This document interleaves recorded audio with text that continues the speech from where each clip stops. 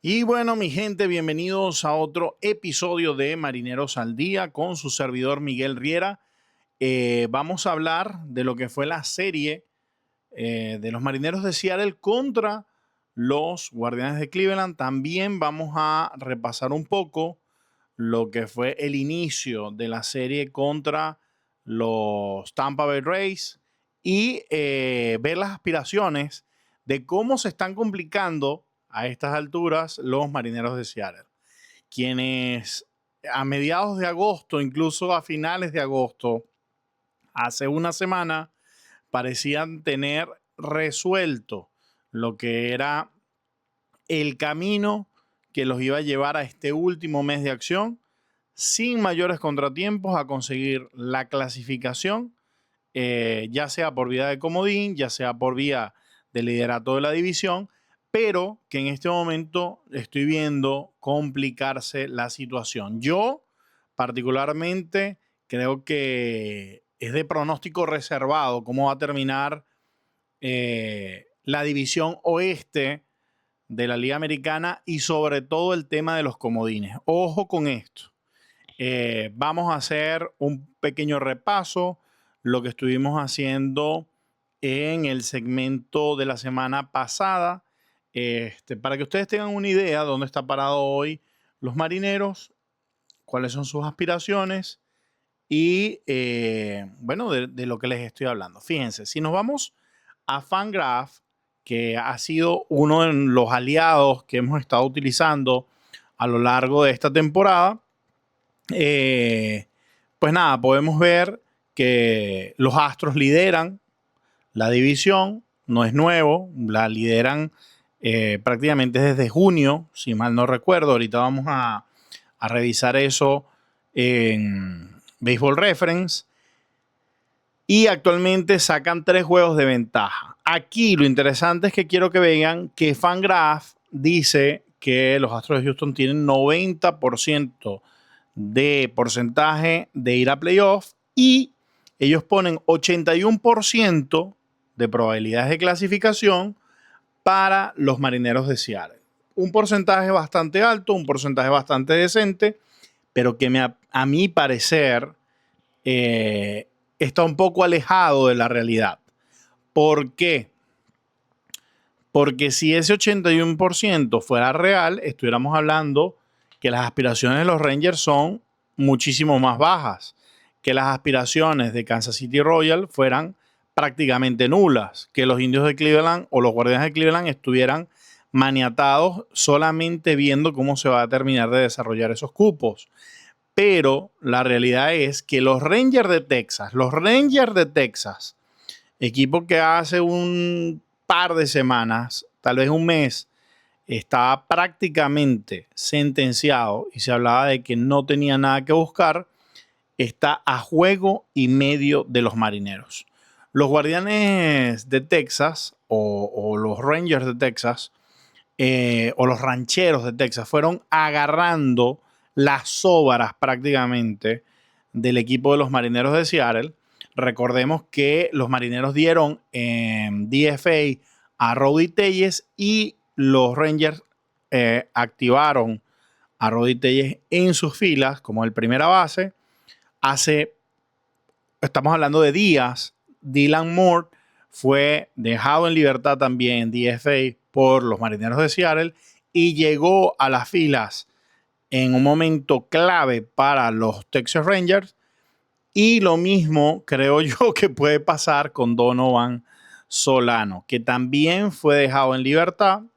3 jugadores, para mí, totalmente lógico y justificado su DFA con el equipo de los Marineros de Seattle, pero que vienen a resolver problemas que están teniendo los Texas Rangers. Por ejemplo, Siemens está lesionado, el segunda base titular. Corey Seager está lesionado nuevamente. No contaron con él gran parte de la temporada. Otra vez se lesiona. Está en lista de lesionados por 10 días. Y Dylan Moore te puede resolver cualquiera de esos dos problemas. La segunda, el shortstop. No tal vez de la manera más eficiente el shortstop, pero lo puede hacer. Y sin duda la segunda base la puede resolver. Y bueno, Donovan Solano te puede jugar primera, segunda, tercera. Sabemos lo polifacético que es Donovan Solano, que no pudo rendir de la manera que se esperaba con el equipo de los Marineros de Seattle, pero que sin duda puede seguir siendo una opción interesante en cualquier equipo de las grandes ligas. Entonces aquí tenemos quienes han cargado con el equipo. Sin duda Kyle Riley con 7.3 de WAR, aunque Kyle Riley, y se sabía, iba a sufrir desgaste y ha estado apagado en el cierre de agosto y probablemente baje un poco su rendimiento en septiembre por tema de agotamiento físico. Julio Rodríguez ha venido subiendo, lo mismo Randy Arozarena. JP Crawford se quedó estancado. Jorge Polanco, pues ahí va poco a poco. ¿Quiénes llegaron al equipo? Recordemos, Josh Naylor a cubrir la primera base. Está Eugenio Suárez como la contratación más importante del equipo para sumar ofensiva, y yo siento que el equipo está empezando a hacer movimientos estratégicamente destinados a potenciar la ofensiva. Por ejemplo, subieron otra vez a Leo Rivas. Yo no lo vi venir, pero es que Leo Rivas estaba reventando AAA.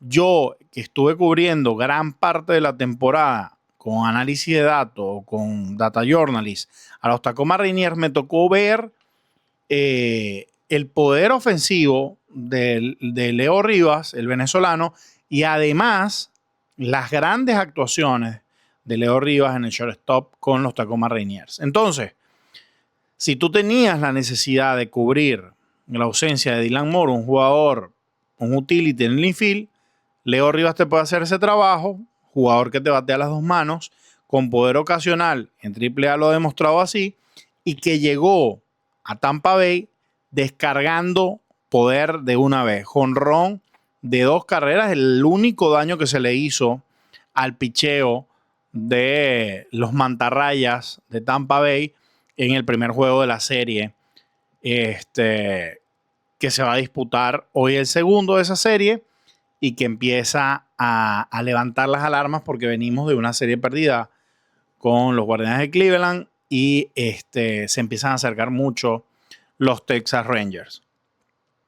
¿Qué otro movimiento hizo el equipo? Pues subió a uno de sus prospectos más importantes, a Harry Ford, que ya había subido en lo que parecía una lesión que podía complicarse un poquito más para Mitch Garver. En ese momento no pasó a mayores la lesión, lo volvieron a bajar a AAA, pero esta vez, el 1 de septiembre, anuncian su subida, y por el anuncio y como se da, pareciera que no solamente va a ser el debut de Harry Ford, sino que Harry Ford se va a quedar con el equipo para lo que resta de septiembre, para traer también una cuota ofensiva más. Harry Ford, que ha demostrado que tiene poder ocasional, que puede jugar una gran receptoría. Con él se completa un ciclo de primeros pits o selecciones de primera ronda que han debutado con el equipo grande. Lo pasaba la cuenta de PR de los Marineros. Y bueno, que demuestra el buen trabajo que hace la gerencia en cuanto a la selección de talento. Yo creo que también con Leo Rivas buscas tener un poquito más de experiencia, como se tuvo que bajar a Ben Williamson para traer a Eugenio Suárez, como tuviste que dar DFA a Roddy Telles, a Donovan Solano para abrir el espacio a Josh Naylor. Yo creo que en este caso la gerencia de los Marineros está apostando un poquito más a la experiencia, al poder. ¿Por qué? Porque el picheo se ha caído. ¿Y cómo se ha caído el picheo? Vamos a verlo en números. Los Marineros el año pasado llegaron a ser el equipo con mejor performance de picheo. Llegaron a liderar las grandes ligas en estadísticas de picheo, y este año pues no ha sido así. Voy a buscar por aquí un poquito lo que fue el 2024. Fíjense, en el 2024 los Marineros tuvieron, según StatMouse, las estadísticas del equipo fueron, en averaje quedaron en el puesto número 28, no muy distinto a lo que está pasando en el 2025, cuando el equipo está en la posición 21.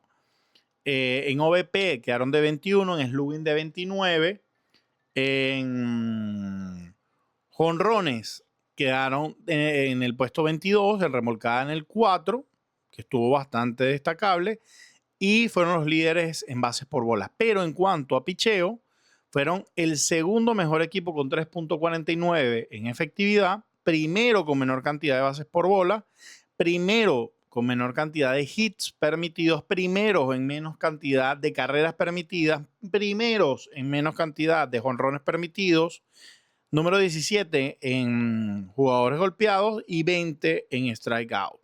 Fue una fortaleza sin duda la de los Marineros en cuanto al picheo. ¿Qué está pasando en el 2025? Pues bueno, en el 2025 la efectividad de los Marineros es de 3.96, pero lo ubica en el puesto número 17 de las grandes ligas. En bases por bolas tiene 166, ubicándose en el puesto número 22. En hit permitido está en el puesto número 17 con 1137.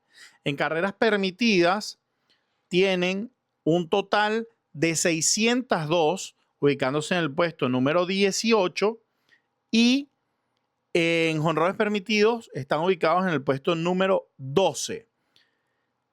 Esto es una diferencia muy grande. El equipo se cayó en picheo, es una realidad. Sí, las lesiones, la inconstancia, el no tener una rotación de picheo fija, tuvo que venir Emerson Hancock, tuvo que venir Logan Evans, no contaste gran parte con Bryce Miller, no contaste una parte de la temporada con Logan Gilbert.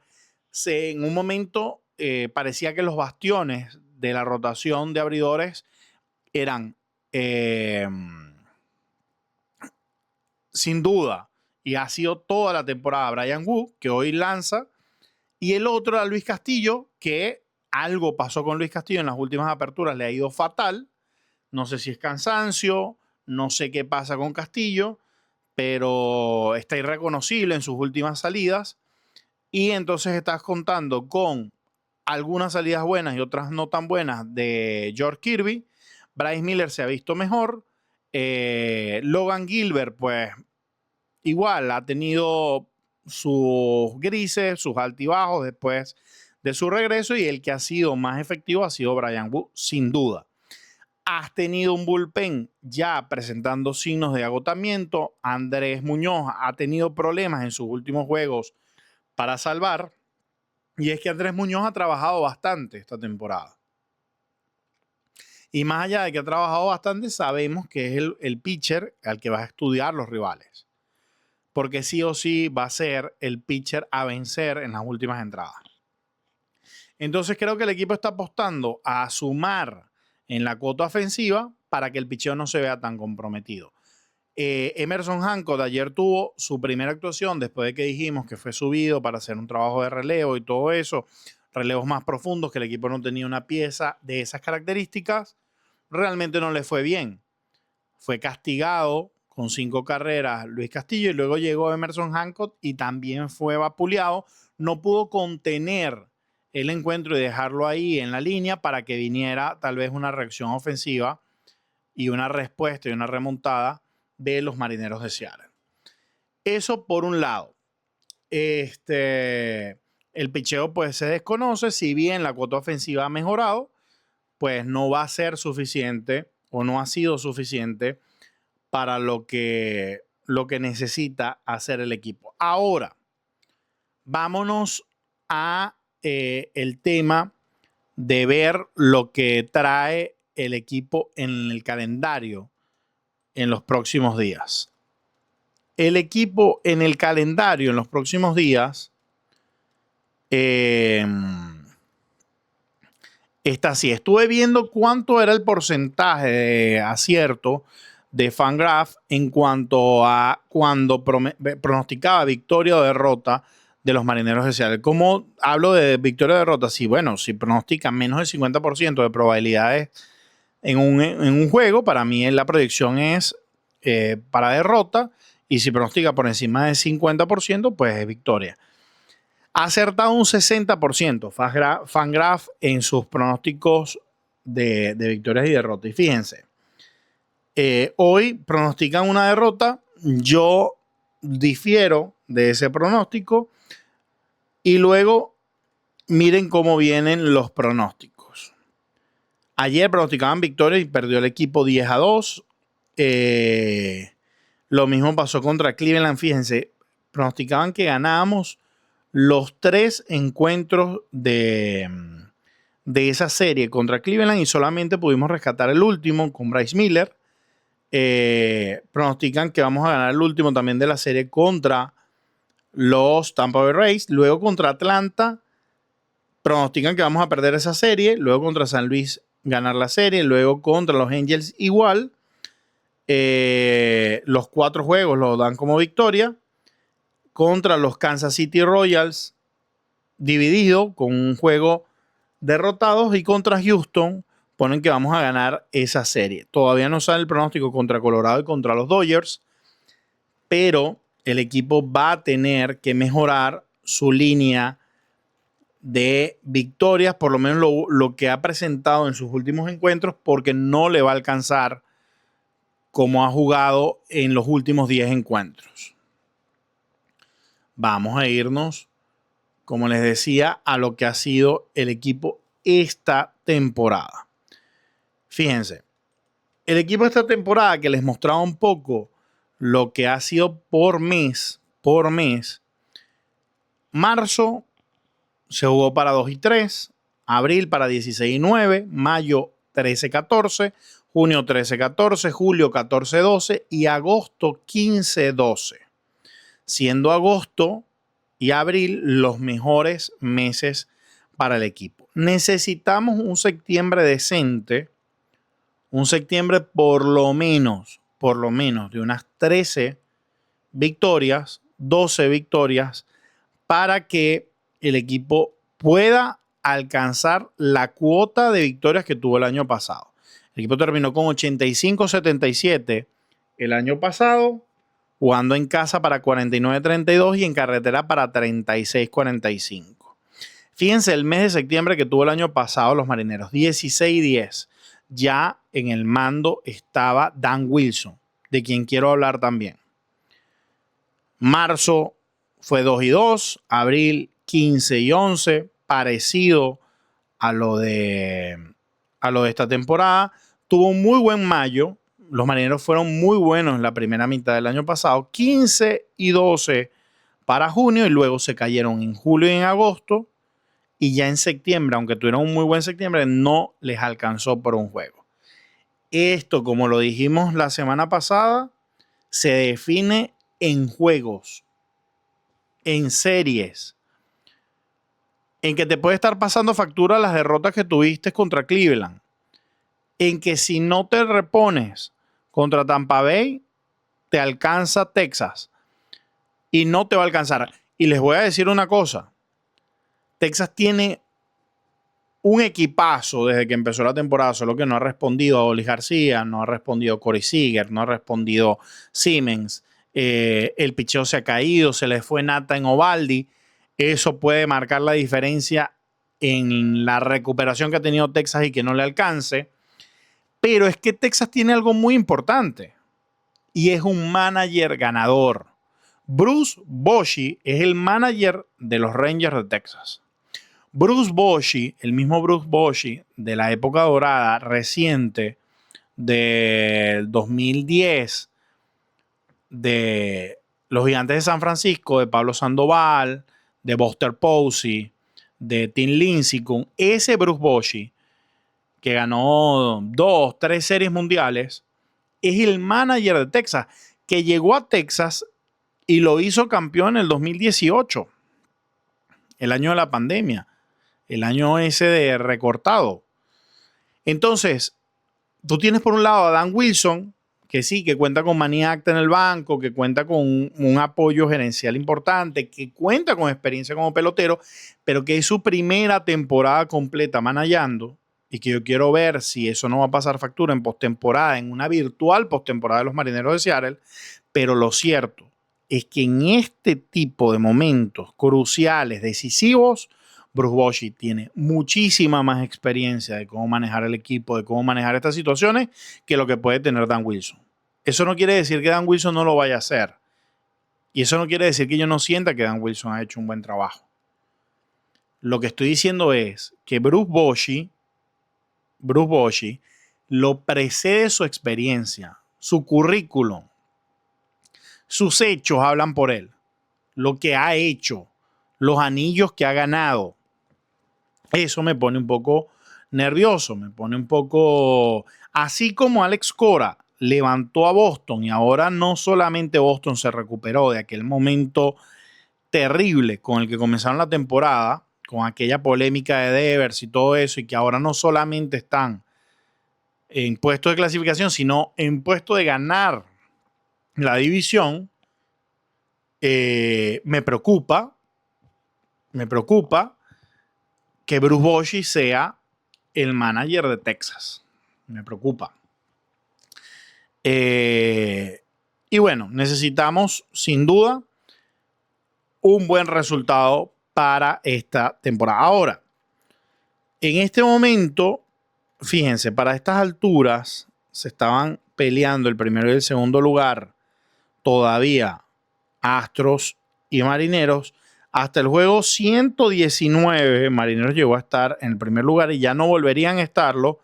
Y en el 138 estaban a 6 juegos ya de los Astros de Houston. Jugaban para 69-69. ¿Es distinta la realidad hoy? Sí, sin duda. Hoy se juega para 73-65 y se está a 3 juegos. Es distinto, si bien estuvieron en el primer lugar en el juego 120, parecido, no estuvieron peleándose mucho el primer lugar desde prácticamente mayo.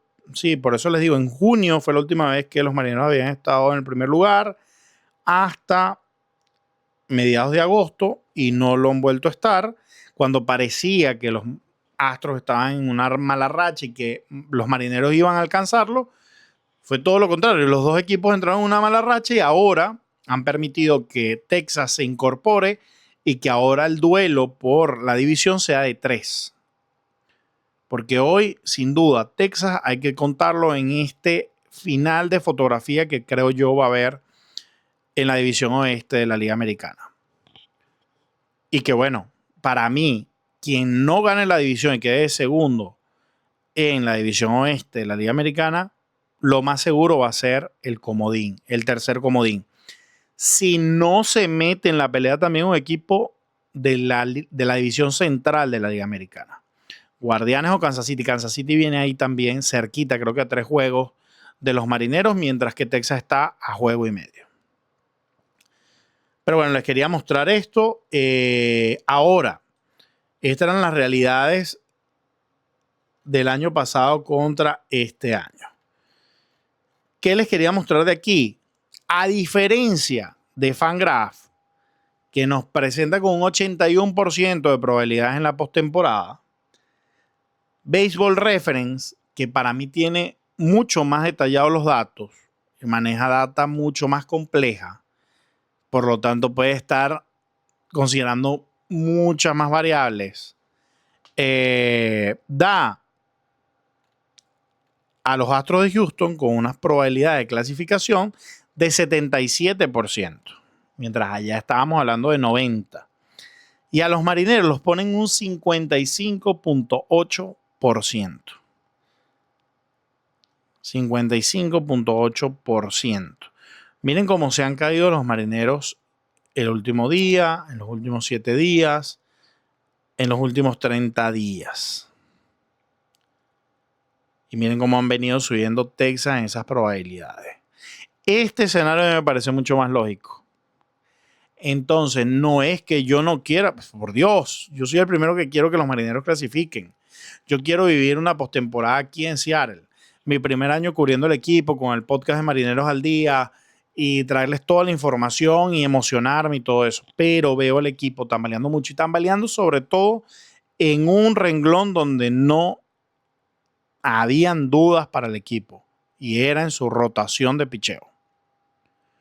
Podíamos dudar de todo, podíamos dudar del relevo, podíamos dudar de la alineación, podíamos dudar de las esquinas, que quién iba a jugar primera, quién iba a jugar tercera, quién iba a jugar right field, que si Víctor Robles se lesionó, que si era Luke Riley, que si era Dominic Canzone, lo que tú quieras. Pero la rotación abridora estaba más que segura.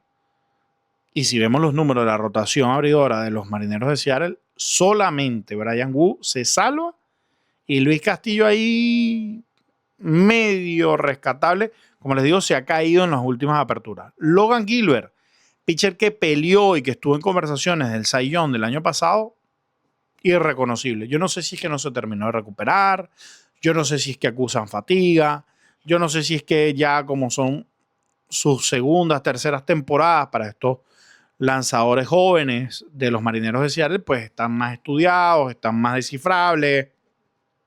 No sé qué cambió en el trabajo que venía haciendo Woodward con ellos, pero no veo la misma solidez en el picheo. Sobre todo en el picheo abridor, que era gran garantía, que era gran baluarte de los Marineros de Seattle. Ahora en la ofensiva,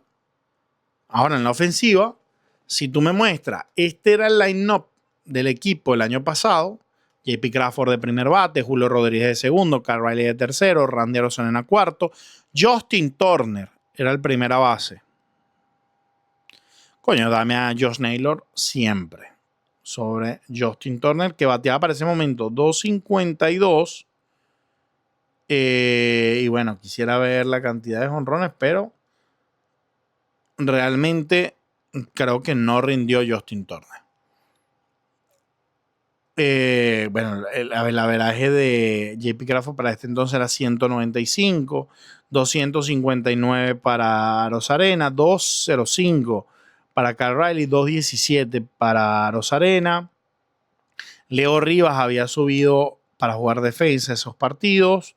Jorge Polanco bateando 207, el left fielder a Luke Riley. Dylan Moore, ese juego jugó tercera, primera, 202 de averaje.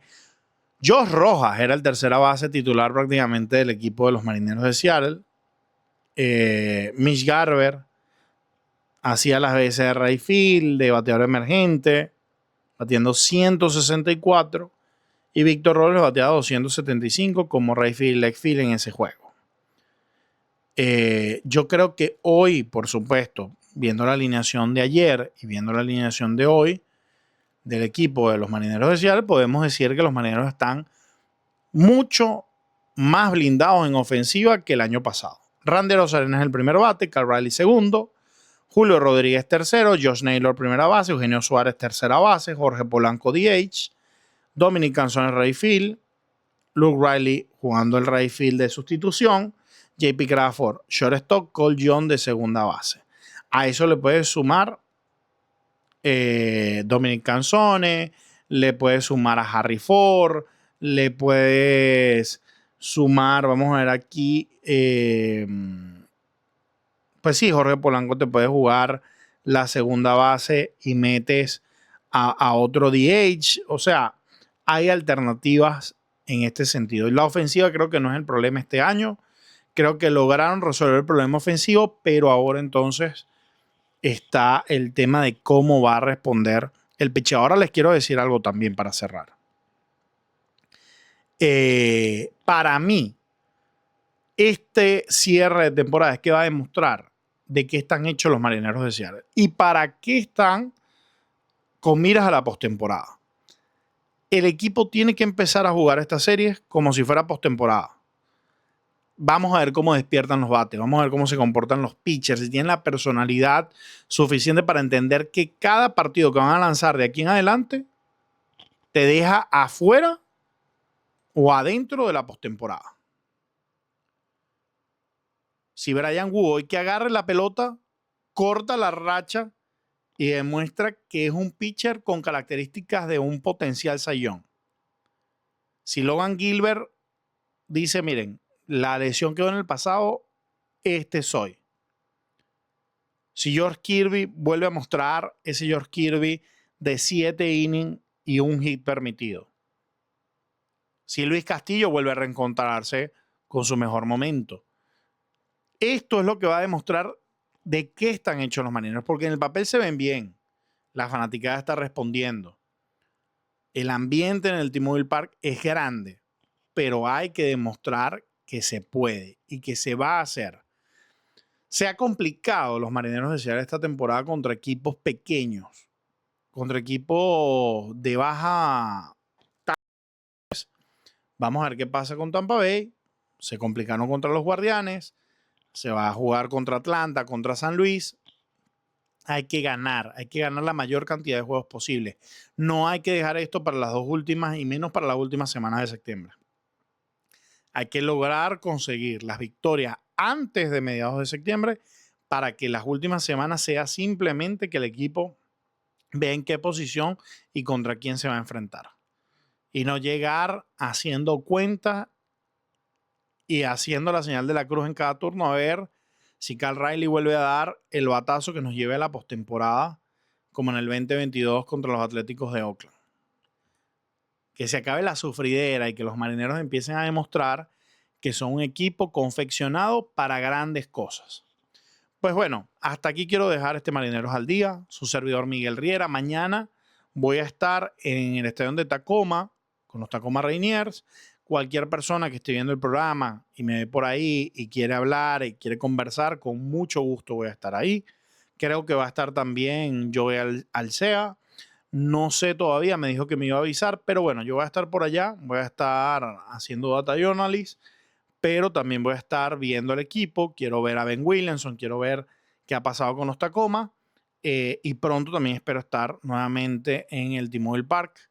Esta temporada, como les digo, es mi primera temporada cubriendo la organización. Me ha tocado estar más en el Cheney Stadium que en cualquier otro estadio, pero espero que la próxima temporada pueda estar un poquito más presente en el T-Mobile Park. Les mando un fuerte abrazo. Espero y aspiro que los Marineros no se compliquen ellos mismos y jueguen para estar en postemporada. Nos vemos en el siguiente Marineros al Día.